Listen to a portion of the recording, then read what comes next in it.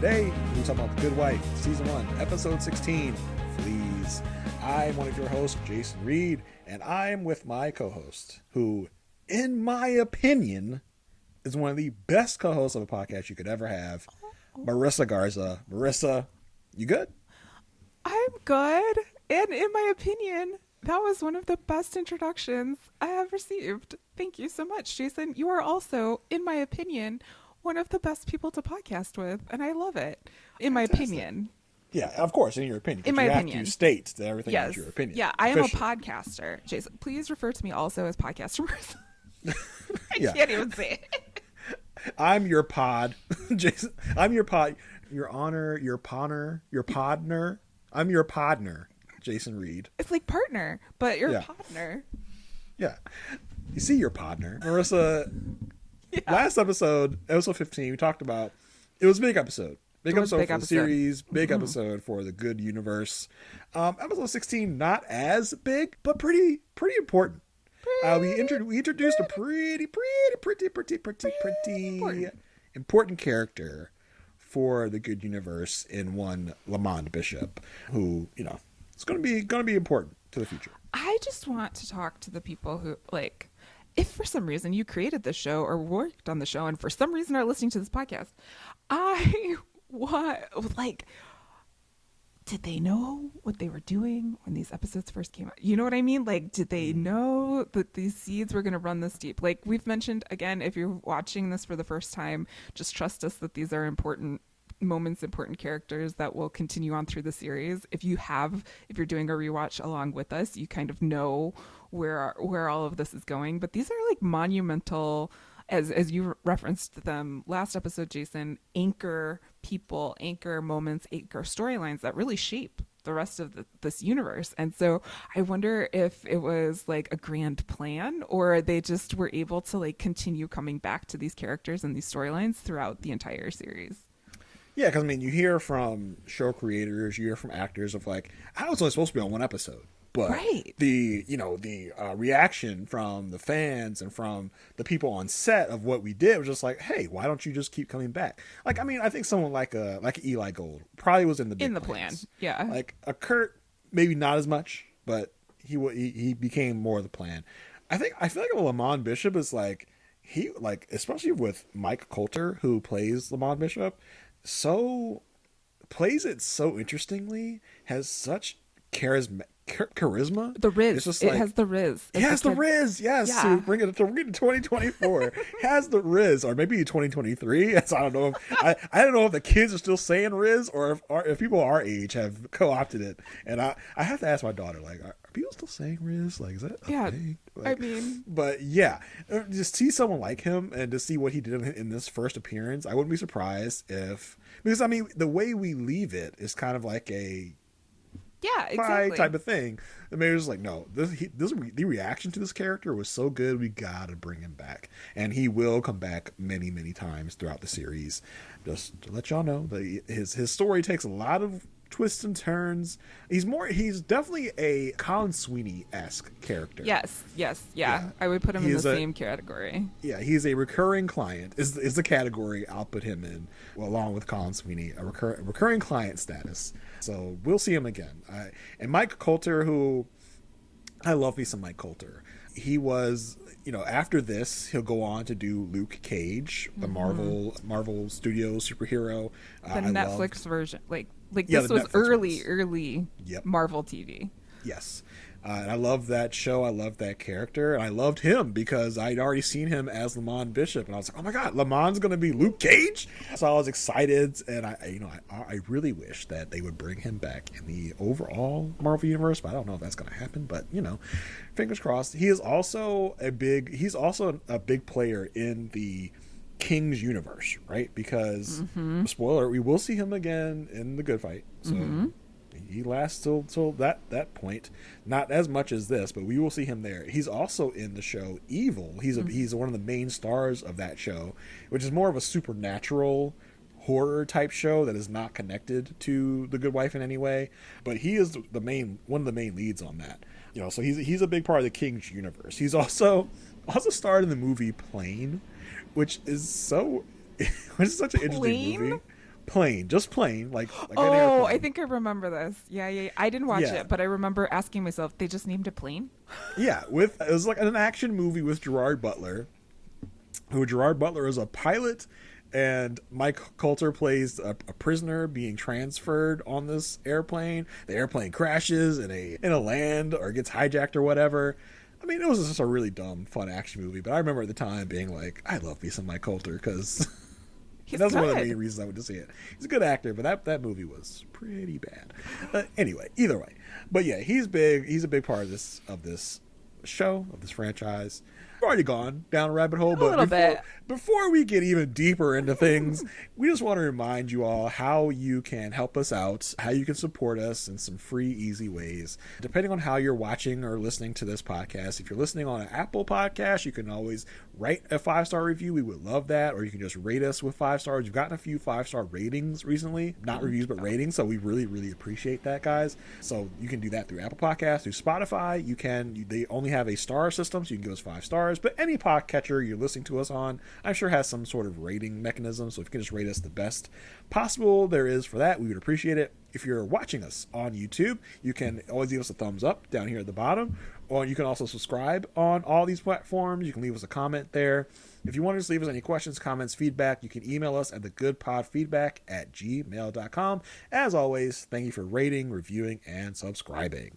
Yes, thank you, Jason. And I would just throw in a plug for subscribing because coming up soon, Elsbeth is going to be kicking off, and there will be more pods in your feed regarding that coverage. We'll talk a little bit more about it later. But if you don't want to miss out, if you just don't want to have to remind yourself later to check back in, just hit subscribe now, and everything will be there when you need it. So good time to subscribe. All right, we know we are going to be meeting Lamond Bishop, but should we get into the rest of the episode? Let's dive in. All right. So the case of the week, again, kind of a yada yada here, but also not at the same time because we do get introduced to Bishop. But we also get introduced to this man named Eric Dorfman. He's like a fellow firm. Alicia and Carrie are visiting him, his being built office, to kind of say, hey, should we combine suits in the situation? You represent the union people, we'll represent the non-union people. Let's combine forces. And he's kind of a character, this Dorfman. I was confused because Tell me why. I said, have we met this man before? I don't remember him. No. But the way they introduce him is just like they're just like an old buddy of Carrie and Alicia's that they've interacted with before. Like, is this a character from another episode that is going out on his own now? I was trying to remember if he was like, because there was some person they teamed up with that was like a legal aid lawyer. I was like, was this that guy? No, it wasn't him. I don't think it was. But the way they introduced him I felt like we should have known who he was, but I looked it up. This is the only episode this man is going to be in, so I guess they may have name dropped him. They might have said over at Dorfman and blah blah blah. Yeah, Dorfman and Co. Dorfman and Associates, and Eric Dorfman is actually semi-famous too. He's played by Boris MacGyver. He was in House of Cards. Like when I looked at him, he's definitely one of those people. I was like, I've definitely seen this man before. Mm-hmm. And when I looked at it and saw House of Cards, yep, that's that guy. That's House of Cards, newspaper media guy. Yep, definitely remembered that. He's also apparently, along with Mike Coulter, in Evil, and a good part of that show. Not one of the mains, but a good part of the show, Evil. So the Kings like this guy too, and also in Boardwalk Empire. I was not a Boardwalk Empire person, so I missed that one too. There. Yeah, but he definitely is someone. Yes, and he's also someone to the U.S. federal government in this situation because they're having this locking down the deal. Okay, well, combine suits, it'll be great. And all of a sudden, there's a federal raid, and Dorfman's arrested for the murder of Kelly Gerber Smith, who was going to testify against. They say, we don't know, it's Lamond Bishop at this point, but it's just going to testify against someone. And we are introduced to USA Rivers, which is I would think it's like AUSA Rivers. AUSA Rivers. Yeah. America Rivers. Yeah, okay. Let me update my notes. AUSA Rivers. And listen, AUSA Rivers, also the actor, played by Sharif Atkins, well known to me from ER. Yes. As Michael Gallant from ER. I remember the character's name and everything. He was a big part of my ER viewing. I mean, and he was very important character on ER. Like, Yeah. he was good. Yeah, so definitely I remembered him, his the actor, the character, everything. So yeah, that's where we know him from. And listen, I now that Eli's on the scene, everyone that says the word murder, I just want Eli to deliver it. Murder, murder. Someone's going to get murdered tonight. Like, it will be, you know, one of the things I do remember is I think there are times where Eli's accent slips. And so we'll just have to keep an ear out for that. But yeah, USA Rivers comes in, arrests, and also like takes all of these things, including things that Alicia and Carrie have on them. And Carrie, in his Carrie-ness, decides to use his iPhone. Like, talk about, I think that was like OG iPhone. yeah. Like, use his iPhone to record what's happening. I mean, when you think about the iPhones of today, and you see the back of that iPhone got that little itty bitty pinhole camera. It's just like, and you see the cameras of today, and mine is not even that much. It's just like huge, big old cameras that you can see from space. But then to see this little itty bitty hole on the back of his phone that is his camera was so. And again, just to talk about how much a blast from the past this show is so fun to think about. And it's also like so something Carrie would do. Like, yeah, definitely. It very fit his character. So he's recording what's going on. There's this whole conversation about like, we got to get our stuff back. So that'll come to play in a minute. But the firm has been asked to cover Dorfman's cases while Dorfman is out. And that includes covering and being attorneys for Lamond Bishop. And yeah, because again, drug dealer gets mentioned. It's like, yes, keep going. And it's like, drug dealer named, yes, what's his name? Lamond Bishop. And it's like, ah! Well, and you can tell, like, by the reactions, because Carrie and Alicia are just, like, reporting this information. They're just like, da, da, da, da, da. And then Will and Diane are like, okay, we're going to have to think about this. They had just come out of a meeting where they have to like think about, can we provide cups for people to have water in? You know, like they're definitely hurting for money. So what does taking a client like this mean for the firm is definitely a question that's on their case. But you can also see, like, he is a well-known person in Chicago. So Rivers goes to return some of the stuff that he took from the scene, but does so in a very like unconventional way. Will's playing his networking basketball game where he's buddying up with a bunch of people, and Rivers comes in and is like, yo, you don't want to take this case. Like, don't take this case. And he ends up walking away having Will take this case. Yeah, how do you not know that's going to make Will take the case? Like, Will is so... I mean, they were really thinking about, like, not taking the case, and then this happens. I was like, oh, I'm definitely taking the case now. Now that you told me not to take the case, what do you expect me to do? You think you're going to intimidate me? Like, no way. I'm taking this freaking case, buddy. F you. Yeah. I was like, yeah. The dude, like, the reverse psychology is, like, not a good look for you here, AUSA Rivers. Not going to work. And so this is going to be Will's first time in federal court. And it was interesting to see him walk into the courtroom, kind of take in everything that was there and tell himself and tell us, like, this is not my playground. This is not somewhere where I'm used to being. You can definitely see that Rivers has a relationship with our judge. Our judge is played by Anna Gasteyer from SNL.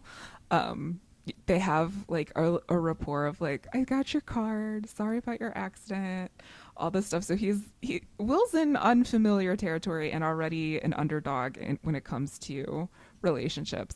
But he also is like behind the line when it comes to like just courtroom behavior. This judge has a very specific way of operating her courtroom. Yeah, you can tell Will is intimidated to begin with because he looks at the size of the bench and the big seal over the bench. He's like you said, oh, this isn't my playground now. And yeah, Judge Anna Gasteyer is very particular about how she does things in her court. Like, you have to state your opinions in my opinion format. You have to lead with that, in my opinion, this, and this. You can't just argue your case. And she's like, you don't what was it? Because he was calling her your. Was he not calling her your honor? He was calling her your honor. Like, yeah, that's why you say your honor, Yep. because that's my title, and that's what you say every time you address me, just like you say in my opinion when you state your case. So it's like, yeah, Will definitely. I think Will's used to coming in to a case, and he's made the connections. He knows the judges. Well, he knows these people. He knows how to operate in his yeah. normal cases, and this is just very different. He's got that basketball game for a reason, so he can feel good coming into court. And also, he is used to walking in as a major league player, and here he's not. He's very sassy with Anna Gasteyer. He's like, I thought it was clear that when I'm speaking, it's my opinion.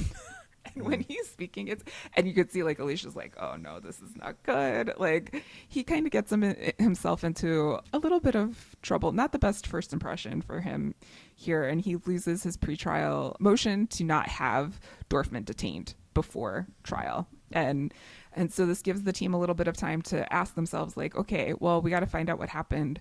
Why was this woman killed? How was she killed? What led to this murder?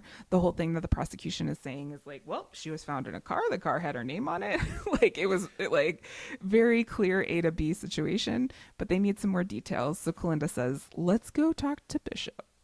Mm-hmm. Like, Kalinda, she's going to go right to the source, no matter how dangerous, no matter how, how weird it could be. She wants to just hit it head on. And I remember this introduction because, again, I am a white suburban teenager at this, not teenager, 20, younger. I'm at least half my age at You're this at least point. 14 years younger than you are now. Yeah, somewhere in there.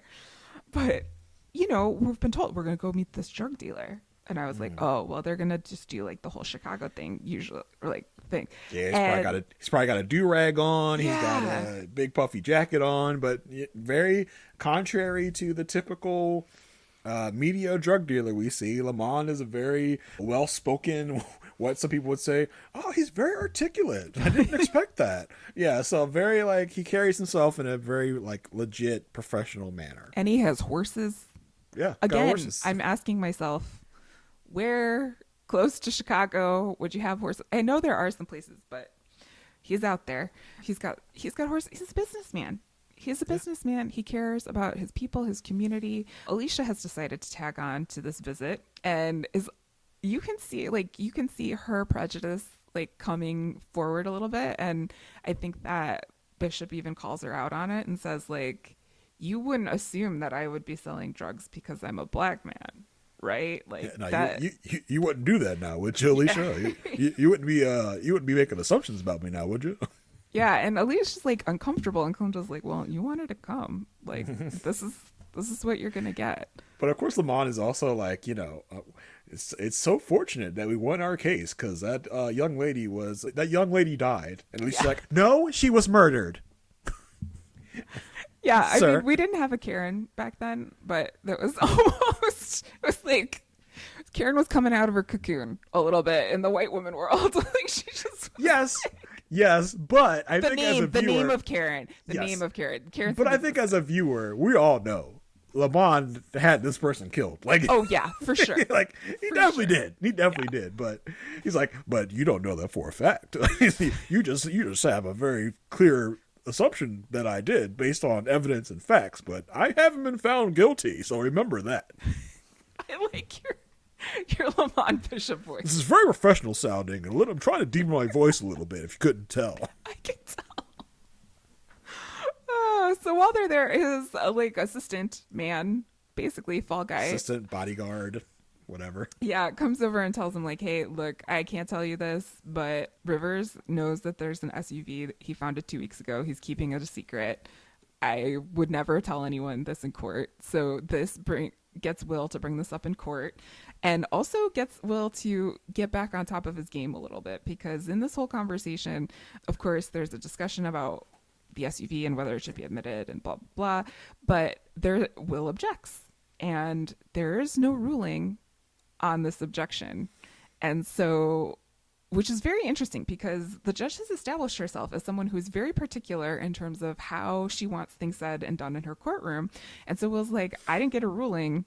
you need to rule. And he does a great job, I think, calling her to task and saying, like, look, you got to rule on something because I've noticed you don't rule on these objections, and then that means I can't appeal them. Yeah, 'cause he really turns the tables on her. He's like, you're someone that's so official that I have to state, in my opinion, before I do everything, but you just want me to assume your judgments on these, whether they be objections or sustaining something. You just want to assume by your context that, you've objected or sustained, but you haven't stated it clearly so that I can appeal that. It's like, oh snap. And really ruffles the feathers of this judge. Yeah, she's like, lunch. We're going to lunch for an hour. Bye. I'll talk to you later. And even, and it gets Will to, say to Rivers, like, okay, you want to play? We're going to play. This is what's called a Chicago defense. I don't even think that's like a real thing.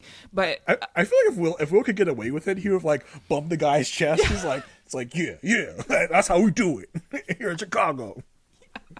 But I mean, like, it was relax. very smart. It was a very smart play. So then they try to go back to figuring out why this woman was killed.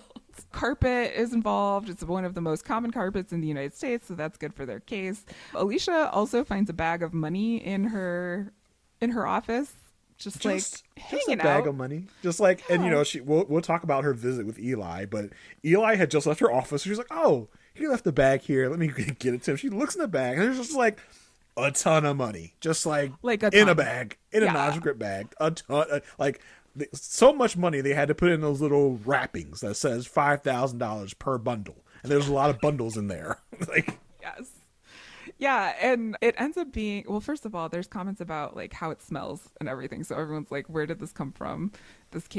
It smells like marijuana, so it must have come from Bishop. Like, I don't know how that line was drawn, but that's how the line was he's drawn. a drug dealer. I know, but like, could there be drugs. more than one? Like, And and again, we have to, because of the time discrepancy. Yeah. We're just like, it smells like marijuana. It smells like the dank. So it must come from this drug dealer. Where it's like, I forgot about the tank. This dank marijuana. We're just like, marijuana is legal in a lot of states now. It's like, it's not that much of a taboo subject. But in 2010, it's like, a big deal. This big time drug dealer is selling marijuana. It's like, well, that was like the conversation of like it being a gateway drug and like all this stuff. And so, now it would be like, it has a hint of fentanyl. Like, that's like kind of the level of status that marijuana had back in the day of like, oh my God, it's marijuana. Yeah, the it's Mary it's Jane. weed. The It's Mary the dank. Jane. Yeah. And now it's just like, weed is just weed. Yeah. Like, yeah. Good point. Well, it turns out that this bag of money was indeed from Lamond Bishop, and it is the retainer that he is paying the firm because he cannot be without a lawyer. So, I mean, obviously he's up to things. Obviously he needs, some help here. So he wants the firm to take over being his lawyer while Dorfman is busy with, defending himself and stuff. And he was like impressed with Will's Chicago defense in court, and also impressed that they brought Julius, the black guy, to the meeting. I thought that was like, but again, if we're thinking about that time, like these are things that like, I think, at least I would hope that like students and like people watching TV would pick up on now in 2024. They'd be like, oh, they brought a black guy to the meeting for the black guy. But like in 2010, like this might be the first time someone's drawing that connection that somebody might do that. You know what I mean? Like we have come a long way. Not perfect. There's still a lot of work to be done, but I think there is some like context around race relations that was not there in 2010. And so I just think of people who might not have thought about that in 2010. It could have been like opening up someone's eyes to be like, oh, I didn't think about that. Yeah, and I mean, I think we had a similar conversation when Julius first came onto the scene a few episodes ago, where we had some racial aspects of cases, or it's just like, yeah, but there's no black lawyers in your firm. And then like the second time they did a race type of of case. It's like, oh, here's a black guy. We know a black guy. So it's just like, yeah, those same kind of conversations are happening with us as we watch the show and talk about the show. And they kind of called it out in a way with what Lamond is saying, like, oh, you brought the black guy here to meet with me. Oh, great. And I just love how like offended Julius is. Like, he's like, sir, I am more than my race. Basically, I am a equity partner here. Like, I am, I'm not just here because I'm black.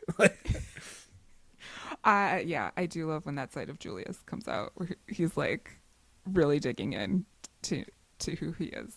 Bishop is like, look, you're gonna hire me, like you're gonna accept me as a client, basically. I know you're gonna have some conversations, but while you're doing that, I'm gonna give you some information of my own to help you out on this case with Dorfman. Turns out that USA Rivers was sleeping with Kelly, the woman who was murdered, before she got murdered. So this is personal for him, and Will uses this to try and get Rivers dismissed off the case. I loved this moment because it's like, oh yeah, that explains a lot about how Rivers has been acting. He cares about this more than he usually would. And then when Will brings this up in court to try and get Rivers thrown off the case, the judge is so like, oh my God, what? Rivers? Is this true?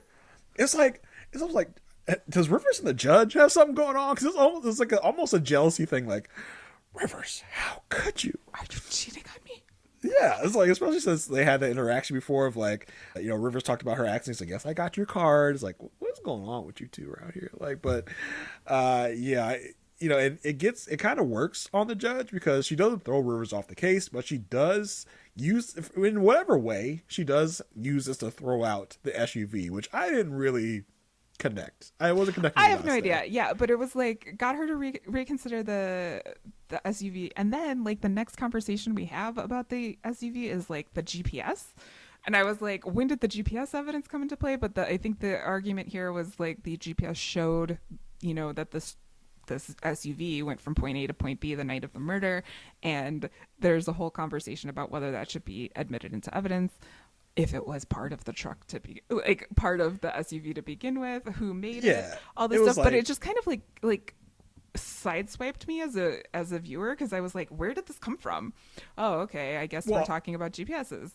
Well, yeah, I think because the SUV was thrown out, Rivers just trying to figure out how to still use it while not using it. Yeah. And it's like, well, what about the GPS data? Like, can we use that? And it's like, well, the GPS was made by a separate company, but was still in the truck. So can we use it? It was very like kind of confusing. And that, of course, this comes at a late night time because Rivers is trying to scramble and try to figure out what to do.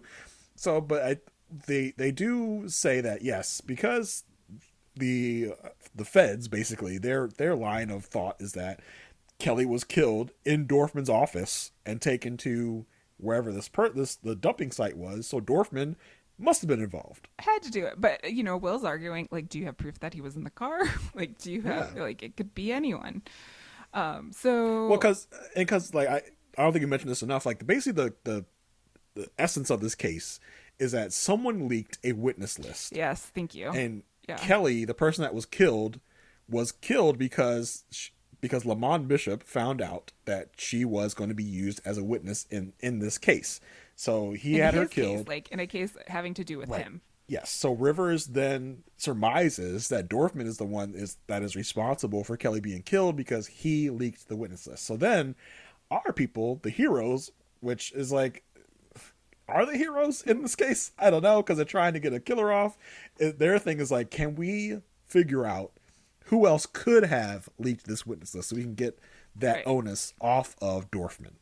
Right. Thank you. That is a big piece of the whole situation. I just was all about like all the other. I'm all about the other storyline in this one. But yes, that is a big key piece of the situation because the next conversation that happens is Dorfman, Alicia, and Carrie like have this meeting. His daughter is there as well. I was like, hey, we got this GPS thing is happening. It's pretty damning against you, but like, what else can you tell me? And we learned that Dorfman's daughter was there that night, and that's when he says to Alicia, like, hey, can I just talk to you, like, one-on-one? And it turns out that she was the one that leaked this list. And he's like, you try to pin this on my daughter, you try to do this, anything, I'm going to confess. So the only way I know how to get out of this is by asking Bishop for a favor, because I've got dirt on him. So I need you to get a message to him, and that should work things out. Yep. Yeah, so it's just like, Dorfman basically says, I'm willing to go to prison for my daughter if, if she can get away with this. Because I think Dorfman's thing is like, yeah, Tammy is very ambitious, so she she is the one that kind of leaked this witness. Like, Dorfman himself didn't do this, wasn't a part of this, but Tammy took it upon herself to leak this witness out to Lamond, which triggered Lamond killing Kelly, apparently killing her at Dorfman's office, which is like a little sloppy.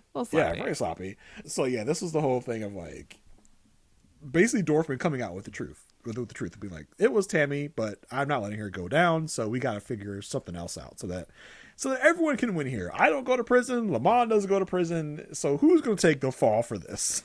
And Lamond's like, I got an idea. I know who we could be. Remember that guy who told you about the SUV? Yeah, let me throw my boy Tony under the bus. Tony's let me throw Tony under the SUV. Well, and so he's confessing at the law office, and USA Rivers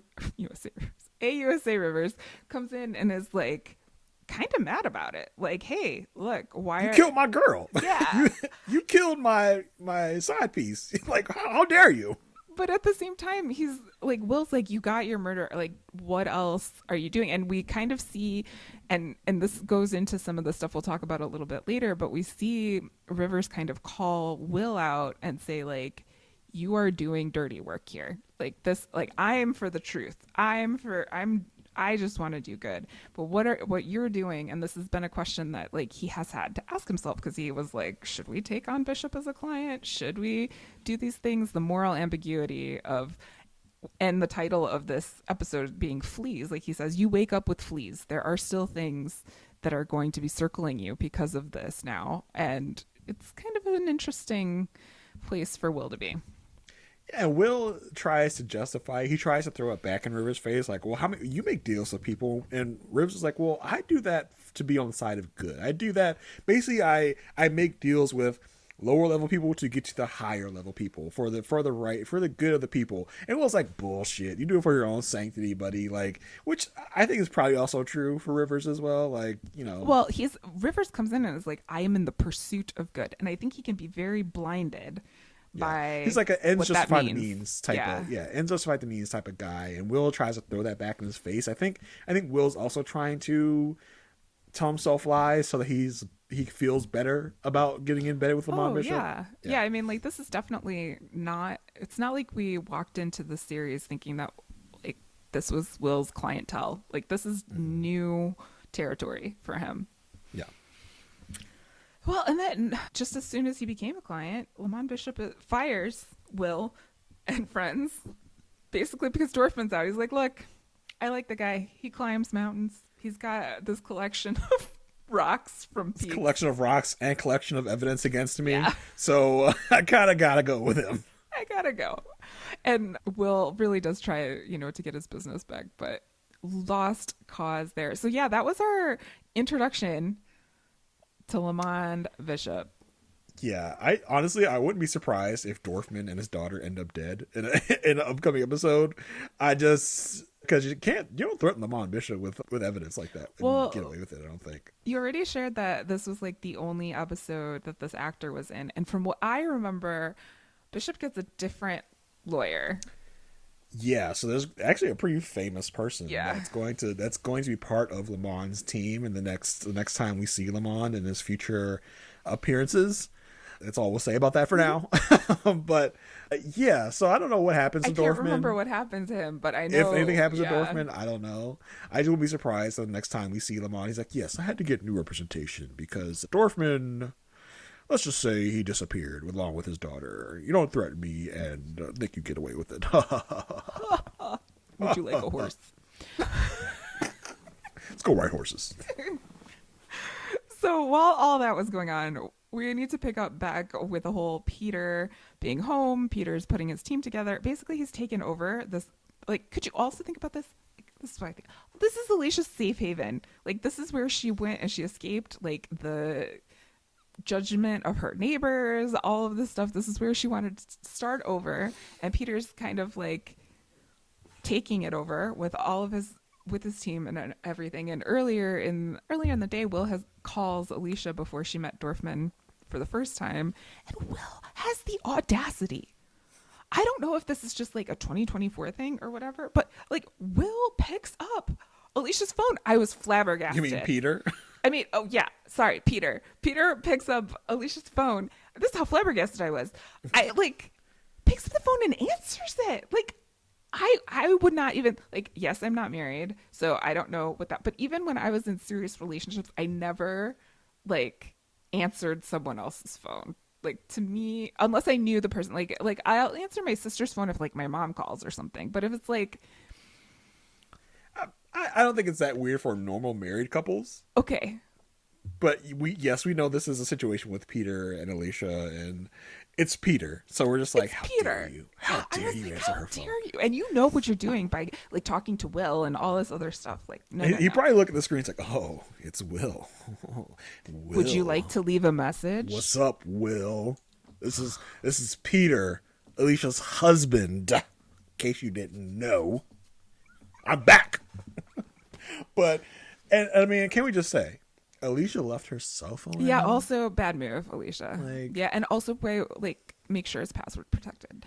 Cell phone is like your child in 2024. Well, you don't leave it anywhere. You don't leave it places. Well, and if it was a work phone for a law firm, like I wouldn't want anyone coming across any of the messages on there either. Yeah, but it's just like that's just the relationship we had with cell phones in those early days. It's like, oh, she left it at home. It's like now you wouldn't dare walk out the door without your cell phone unless you had other stuff going on. Typically, you're probably on your cell phone as you're walking to your car. It's so weird.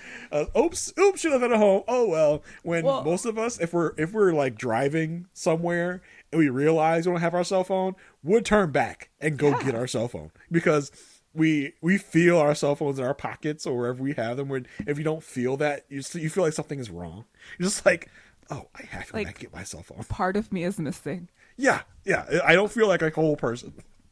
Well, and yes, I think that was, 2010. Not everyone had a cell phone. They were definitely still like a luxury type thing. And, it could have, people would pick up their phones. But I just was so like, how dare you pick up her phone? How dare you?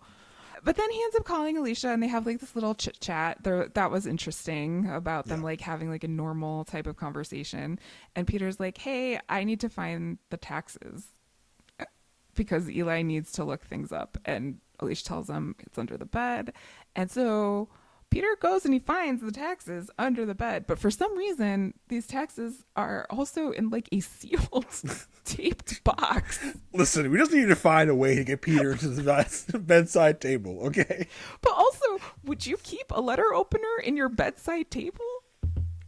I mean, the Florrick family like feels to me like a bunch of letter openers. Like they got like fair. They have to open a lot of letters. Maybe if you walk in the house, you get your mail. Maybe you go right into the bedroom to take your clothes off from work with to your home. mail. You're just like maybe you're just maybe it's a bedtime activity. Let me go to bed and check my mail.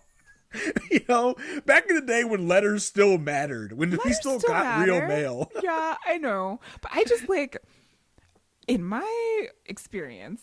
Letter openers have been kept in a junk drawer in the kitchen. Like that's where I would expect to find. So like if I found this box, I would be like, oh, or I would use my key for my house, like something that I had on me. I wouldn't think to look in a nightstand, but I mean, it's not my house. But can I tell you something, Marissa? Tell me. I have a letter opener, mostly because my wife bought it. Like, I have one right here, literally. Oh my gosh. In like a cup. Whoa, he really does. I will verify this for audio listeners. For those that are only listening, I have a letter opener right here. I've never in my life once used a letter opener to open a letter. Or never a package. Done it. Not even that. This is down here in a cup in our basement where I host my podcasts. How did this get down here? First of all, I use this to open packages. I use this to, if I need to use something pointy, this is what I use it for. I have never once opened a letter with a letter opener. I open letters with my fingers. Like I put it in there and I ripped the little thing off in the envelope seal. And that's how I open letters. Never once have used a letter opener to open letters. I don't know what the obsession is with the Florix and letter openers. I don't know. You're no Peter Florek. He needs a letter opener. He's been in jail, you know. He's a little dainty. He's got It's been a while since he's held his pony object. Yeah. So he, of course, looks in the bedside table and finds condoms in the bedside table. I cannot remember if we knew these were there. I don't think we did. Okay. Because I was very surprised. I was like, what? Yeah. Why are there condoms here? Like, I was kind of like Peter, like, where? Why? What? I was like, you go, Alicia. Yeah, that's right. I was like, you be prepared. I was like, that's great. I know. But as a viewer, I was like, I wish I knew those condoms were in there so I would know what Peter was going to go find when he went into that drawer. Because I'm just as confused as Peter is. I'm like, why are there condoms in here? Yeah, well, that's not the least of his troubles because Eli comes in and he says, hey, first of all, you can tell how old the show is in how Eli has to explain Twitter and social media because he's like, there's this thing called Twitter. It's like a blog. Yeah, but I'm not going to use that word. But also, like, if people get word of this information, it's going to blow up into, like, something bigger. So it was really interesting to see him have to explain social media to the world, basically. And There's this thing called Twitter, and they use this thing to what they call tweet. Yeah, it's so funny. Oh, man. And there's a user, Upriser7, who is tweeting some pretty personal things about the Florek family here, specifically between Alicia and Peter. And so Eli, this is when Eli goes to visit Alicia at work and just like ask, like, who knows these things about, like, one of the things was that Peter sleeps in a different room. Like, there's gotta be a very small amount of people that would have access to that information. So who does she think it is? And it is so sad to see Alicia put doubt on Carrie in this moment. Carrie is like in the background fumbling with his cell phone, doing all this stuff. And does Carrie not have an office? Because he's just like he's just doing all this stuff on the couch in like the meeting area. Like poor Carrie didn't get an office. Alicia got an office. Maybe Carrie didn't get one. I don't know. Poor guy. He was just like, you know, doing stuff. He's drinking a soda or something while he's tweeting on his BlackBerry, but just like I didn't even know it was a thing, to be honest with you, because Blackberries are still big, I guess, in 2010. Oh yeah. Oh yeah. Because you know Peter answered Alicia's BlackBerry, not an iPhone, but a BlackBerry. So it's like, well, she's got to be able to like email. Yeah. Yes. So Alicia thinks it could be Carrie. She also thinks it could be her secretary, and that was also really hard to watch. Well, that was interesting because ever since Courtney was introduced, 8 episodes ago, we haven't seen her, but now we only get to see her to be accused of something. Well, and, you know, being discreet and building trust between, you know, your secretary and the lawyer is like a big thing. And that's a big accusation for Alicia to be making without really having a lot of evidence in this situation. Alicia does confront Carrie eventually outside of the courtroom, just like, hey, are you, first of all, the sentence is wild. Are you tweeting about me? Like, what? And Carrie's obviously hurt by the situation. Wow. Really? Like, good to work with nice you too, work Alicia. With you too. Nice work with you too. Like, wow. But yeah, this did come from like an Eli Alicia office visit again, which was again very like Alicia walking like, oh my god, he's back. Like it was basically her feeling about this. Yeah, but I mean, again, he's showing he's being cautious. He's trying to protect the family, letting Alicia he also knows that Alicia will have more information than Peter in this situation. So he's doing his job. And I like how Eli correctly susses this out. He's like, you know, this doesn't feel like a Peter thing. This feels like it's targeting you. And we're and Peter and co are collateral damage. Because at first it was, you know, Peter and his people were thinking like this was a attack directed at them. It's like, nah, feels more about Alicia. Like, yeah. And he tells her that like, who here has it out for you? Because it feels like a personal attack against you in particular. And Alicia comes home from work, and again, this is another great thing about having Eli and Alan coming on the show. Like, he is in the house. She says hi, and he's like, "Hey, honey, I'm home." So good. Like, the kids are in bed, blah, blah, blah. But he found out that, like, they tracked the IP address from the latest tweet, and it came from inside the house. So now this is putting doubt in Alicia's mind that this could be the kids. Like, Yeah. and she's got to have this conversation with Peter. Like, what? This is wild. Do you think our kids are doing this? What's going on? And Peter uses this time together to be like, I found the condoms in the bedside table. And Alicia's reaction, I was so proud of her. I was so proud of her because she's like, fine, search everything. Like, what do I have to hide? And it's not like you didn't do anything either. Right. And I think the show is so smart with metering out these Alicia outbursts, right? Because she doesn't have these emotional outbursts often, Yeah. but when it does happen, they're very effective. Because she's like, "Oh, you want to check all these drawers, Peter?" She like starts going through it, like, "Go ahead, check everything." And Peter has, the nerve and the audacity to be offended and be like, how dare you have condoms?" And he tries to, in his Peter way, reassure her and be like, "I'm never going to touch another woman again." And she's like, "Oh, good for you.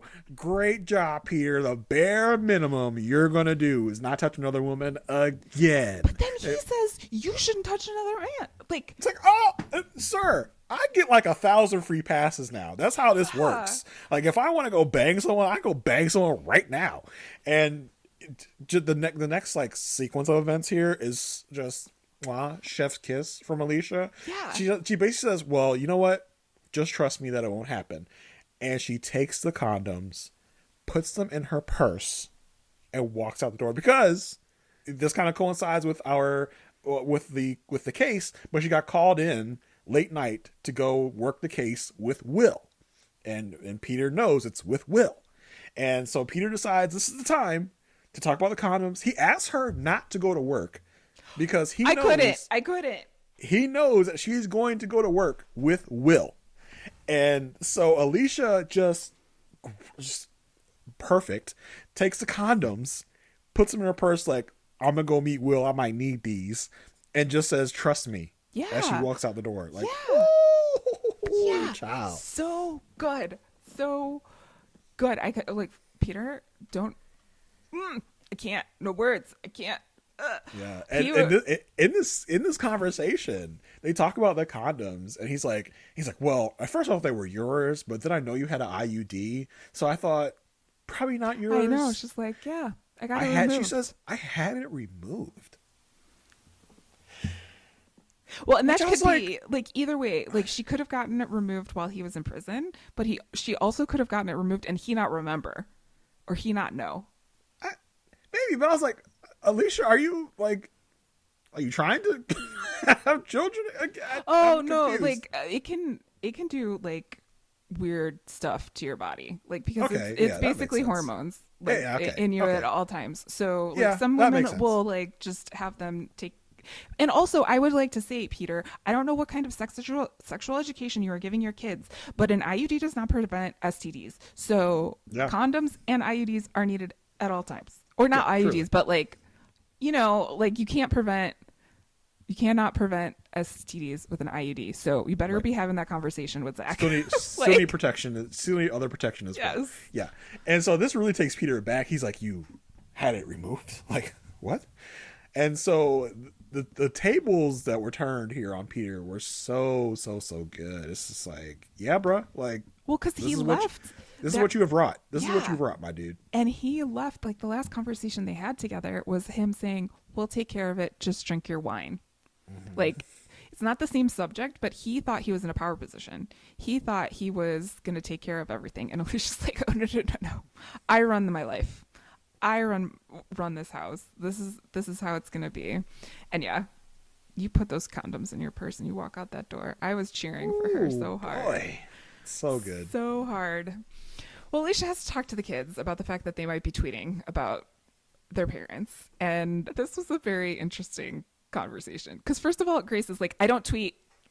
Like, I'm not part of it." And like, and there's also this like side conversation going around because they haven't had this conversation about the photos, like Alicia Yeah. and the kids. So there's this like you lied to me conversation, and Zach says, yeah, but like I lied like people did in the Holocaust by saying that we were hiding people in the basement. And I was like, okay, that's a very juvenile way to, that's Yeah. not what you did Yes. here. Zach, don't even Zach. Don't to even make that parallel is like you said, very juvenile way of thinking of it. Like, I was doing it to protect you, Mom. Like, shut up. Stop it. Well, and like this is coming from that kid who knows about spectral whatever whatevs. You know what I mean? Like I don't. Spectral highlight analysis. Yeah. Okay. Well, it comes out like Grace says at the end of this conversation. It has to be Zach. That's how he and Becca talk all of the time. So when Alicia mentions, so the only IP addresses when they were doing these things were at this house and at school. That's when it clicked for me. I was like, ooh, yeah. You know who else hangs around the house and the school? That harlot, that Delilah, Becca. That Becca. And so Eli, the fixer that he is, decides to handle the situation in, again, coming from 2024, one of the most cringiest ways I think this situation could have ever been dealt with. But it was 2010. Eli goes to a public school and confronts a teenager. You end up on a registry nowadays when you do that. It's bad. But she's all like, oh, can I help you? Like, she's like, it's okay. I can handle myself. Eli basically says, hey, are you Upriser 7? And she's playing it off of like, oh, are you the internet police? And he very, very smartly, at this point, we do not know that he is a father himself, but he very much knows that like if he tells Becca that she's doing something bad, she'll just want to continue to do it. It was very interesting. The takedown that Eli delivers to Becca was epic. So good. Epic. But like also little weird. But but weird in the Eli way of weird. Yes. Yeah, because she's like, you're a perv. You're standing out here. I'm going to scream. I'm going to get some attention. And from the cops who are just strolling by at this time. So she screams, and she does not expect for the cops to know Mr. Gold, and basically kind of negates Becca's try there. And Eli tells her, like, look, you do this, I will find you. Like, I mean, but no, it's so good because he literally tells her, listen, little girl, you are gum on the bottom of my shoe. He says, you were just a little girl that's going to get pregnant at 17, have an abortion at 18, and work as a dental hygienist till the day you die. I was like, oh my God. Like, that is nuts. And you can just like, Becca doesn't know what to do because he does that. He does the whole cop thing. And it's just like, and for some reason, Eli speaks in movie parallels. Yeah, I don't know. I think they're trying something out. I don't remember this. Yeah, because earlier he mentioned to Alicia, like, you ever seen the movie Stranger, what is it? Stranger in the House or something? Like, basically the calls come from inside the house. Yeah. And so here he's like, if you mess with me again, he's like, well, let's just say, have you seen the movie Drag Me to Hell? Like, okay. And like, he takes her down. He's like, do you understand what I'm saying? She's like, yeah, I get it. I understand. But no. Wow. He says, do you understand? And she doesn't say anything. And he says, I want to hear the words. Yeah. And then it's like, oh, okay. And then he ends, have fun. High school's the best time of your life. Yeah. It's like, again, just showing us why Eli is one of the best parts of this show. So good. So good. And also why Becca is not my favorite, because after this whole thing, right? Like, after this whole thing happens, she and Zach are making out in the hallway of the apartment building, and she's like, let's go before I change my mind. And I was like, oh, this can only mean one thing. Like, yeah. This can only mean one thing. And Zach's like, hold on, I gotta go get my condoms out of my mom's store. Okay, first of all, so as parents, right, we know that Becca is the one that is disseminating all this information. Yes. That is tweeting crap about us. Zach, what are you... Does Zach know? Do you think they told him? Do you think like this was happening right after? One of the things that I was thinking about this entire storyline was just how slow information is moving, because they're like, we have a couple days until the story gets out. In 2024, this would be like all of that stuff would have been out and like on the news super fast. So like I don't like Zach doesn't have a cell phone. Does he have a cell phone? I don't. It doesn't matter. Zach has a cell phone within this ecosystem of a family, of an apartment.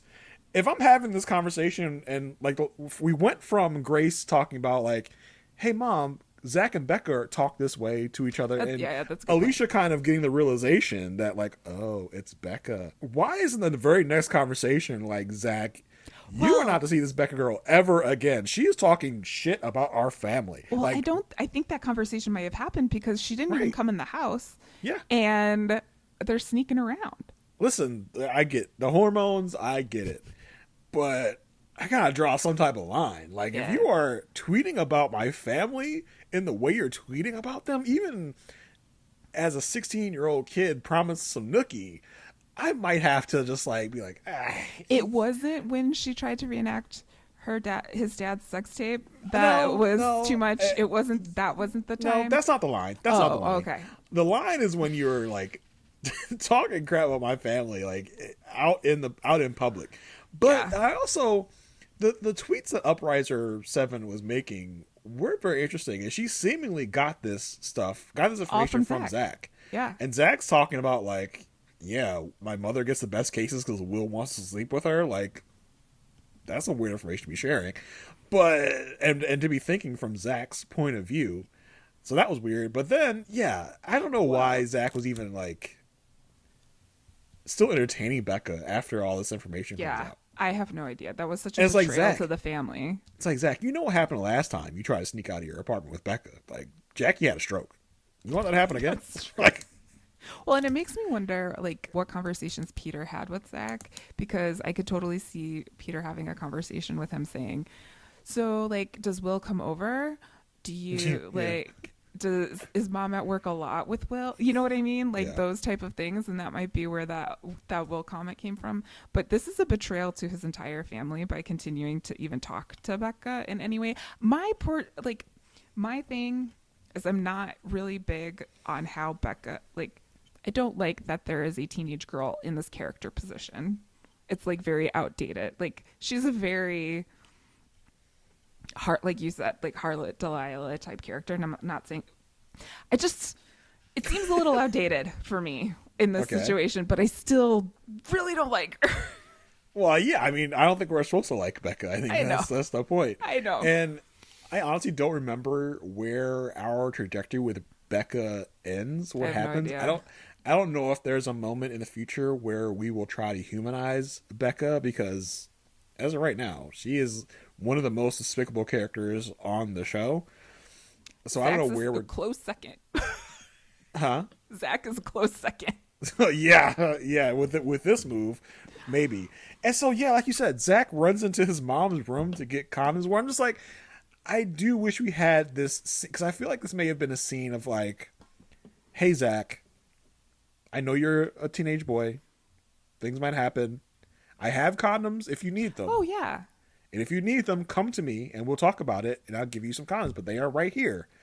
Because I don't think Zach is hiding his condoms in his mom's bedside drawer. That would be weird. Oh, no, I think that he is. Huh? I think that he might have.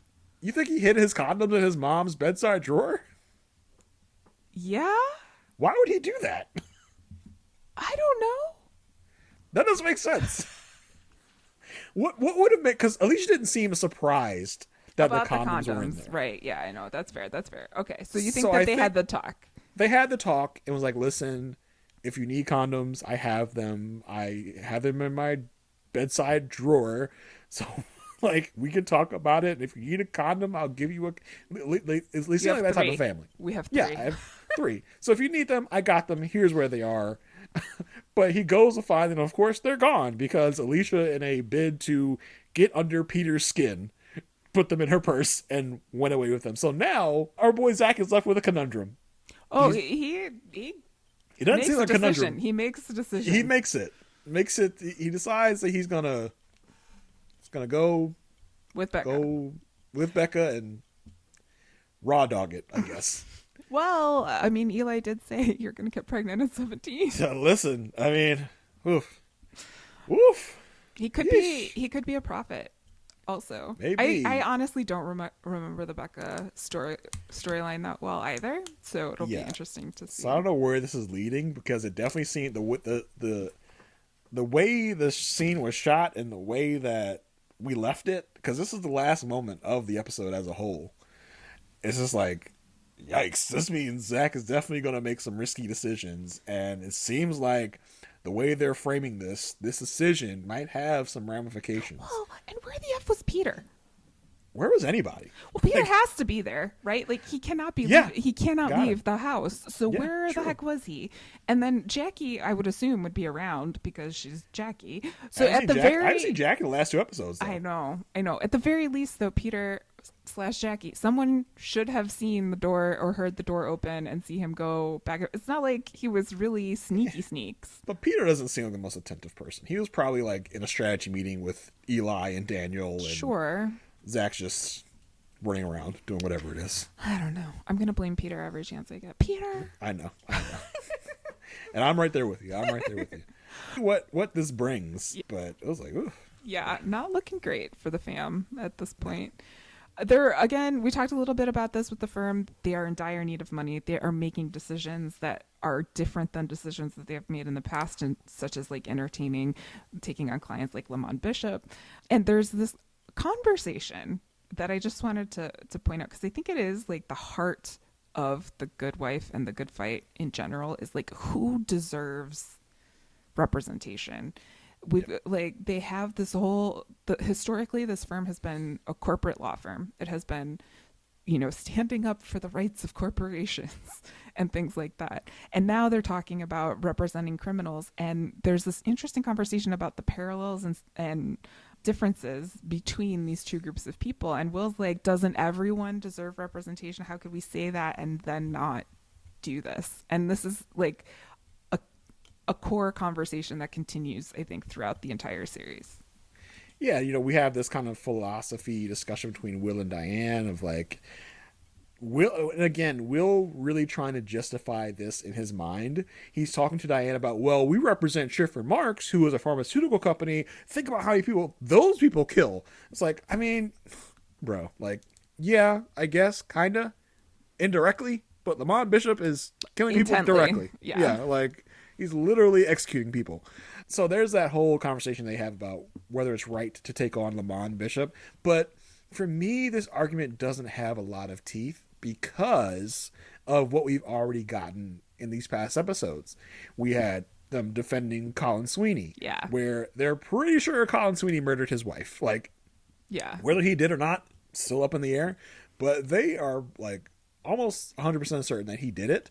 There's also the case they took on with what we just talked about a couple weeks ago with the babysitter that got murdered, where they thought the husband may have been cheating with the babysitter mate, and a good likelihood that he might have done it. He didn't do it, but they're thinking there's a definite possibility he did do it. So for them to be like, oh, can we defend murderers? It's like, you already kind of did. So yeah, I don't know if they I think it's like getting real for them. Like, I think it's getting real for them that they are walking this like gray line. They took those cases, I think, because they had to take those cases, and now they're coming to a point where they have to decide on the future of the firm. Because there's been conversations about like, should we split up? Should we break off acquisitions? What should we do here? And deciding on what type of clients we take is an important trajectory for the firm as a whole. Like, before, I don't think it was as real for Diane and Will until they had that conversation about, we have to get rid of the flowers and we have to do all of these things so that we don't fire more people. Like, they are not going to make it if they keep going down this route. So they have to start making these larger decisions about the future of the firm, and this is one of them. Yeah, Lamond Bishop is on a much higher scale than these other people. Like, Lamond Bishop's whole empire enterprise is built on a certain element of violence and murder. Yeah. So yeah, it's a big decision, a big conversation, and it kind of falls down the lines that you would think. Diane's against it, Will is for it. And I love the conversation they have after Lamond fires them.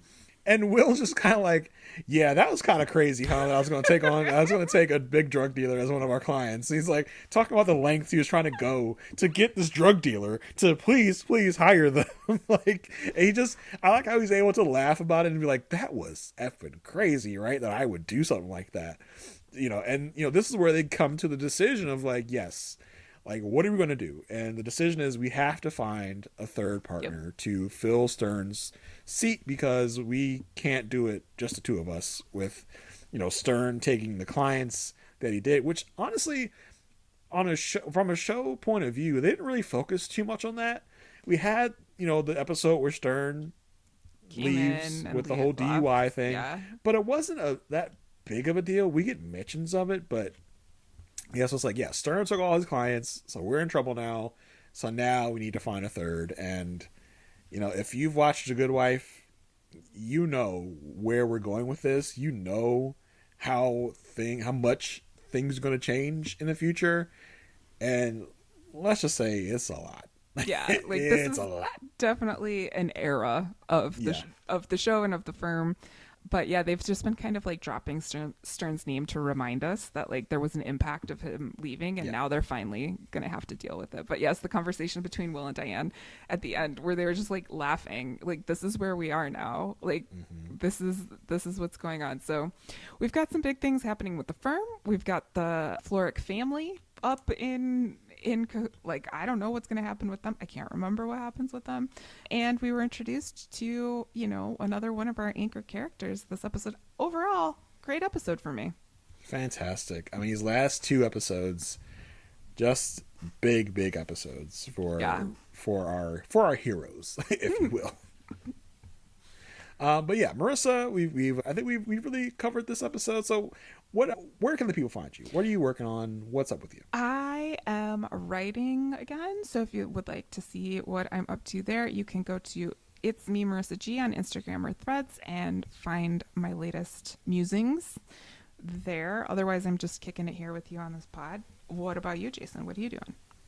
I'm always into something. So if you want to find out what I'm up to, hit me up on Twitter at JAYR1085. Yeah, I will post whatever I got going on there.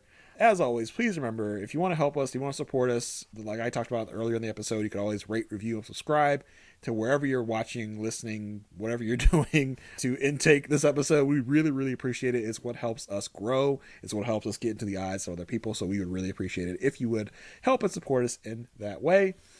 But until next time, Marissa. Yeah. Stay good.